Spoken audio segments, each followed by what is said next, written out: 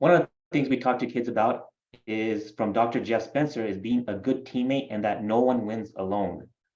How important has it been for you to have the support of a team in your life and also in a journey through the Antarctic that you are undertaking? It is being a team player has been everything, and that really built that was cultivated joining the Marines. In the Marines, nobody cares about your well-being.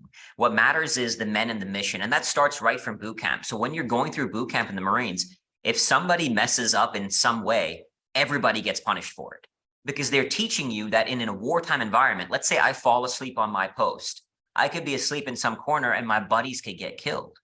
The consequences are dramatic. So you live for each other, you suffer with each other, you bleed with each other, you go through hell together.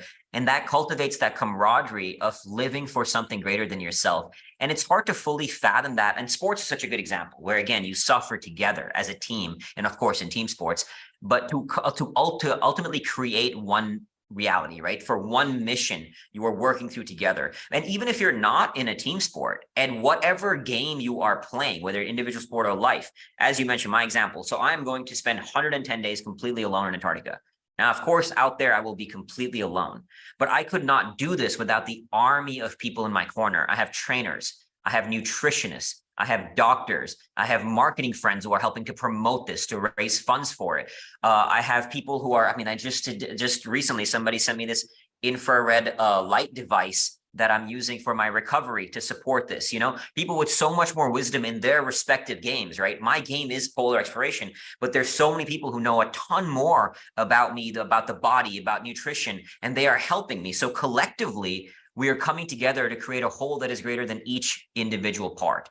And you cannot, no matter how lonely your pursuit is. And I'm saying this as someone who's about to experience probably one of the most lonely pursuits a person could experience, being 110 days alone in the most hostile, unforgiving environment on the planet, where literally geographically, I will be the most isolated human being on Earth for some part of that expedition. But yet it's only a team that makes it possible. So as you're young, be thinking about that. It's also just a better way to be really good to people. And it's just a nicer, better way to live. It makes your life better. And I also say this having screwed it up. When I was a kid, I was a bully. I bullied some people. I've apologized to all of them over the years. I've regretted it, of course, tremendously. And there was nothing, it was only my deep insecurities that led to that, And now you see that when you're good to people, it's a better way to live, but it makes more possible in your reality. So whoever the person, always be thinking about how can you support somebody else? How can you help somebody else in that journey? In the Marines, as we said, we used to live for each other. You live in that way, it makes your life better. And whether you believe it or not, the world will pay itself back to you. And I firmly believe the biggest reason I have this army of people supporting me, one, of course, we have a mission that people believe in, but it's because I'm always it's about the person next to me. And when you come from that place and you live for others, you live for something greater than yourself, some mission greater than yourself, someone greater than yourself, people will see that and will want to support you. And then collectively, life becomes better. The mission is more likely to succeed, whatever your respective mission is, and you enjoy the journey a lot more. Yeah, so much valuable stuff that we talk about in our lessons. When we talk about being a good teammate, the first thing that Dr. Jeff Spencer talks about is teammates show up for others.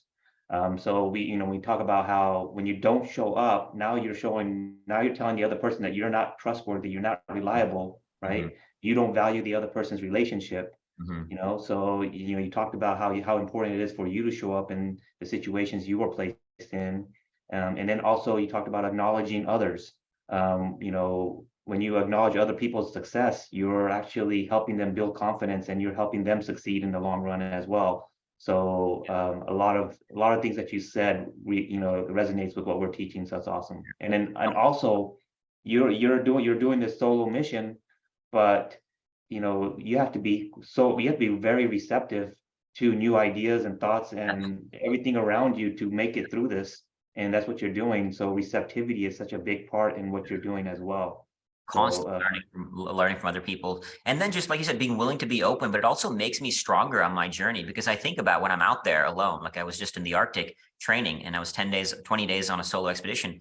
And I think about all the people supporting me and how much they believe in me. And it pushes me when I'm having a really hard time out there, so it makes you stronger when you know you have a team backing you. And then it makes you also stronger knowing that you're doing this for something else. Because I know that it helps people when I share the lessons from this journey, and that makes me stronger. So collectively, both those forces coming together, you for the others and others for you, it makes you stronger.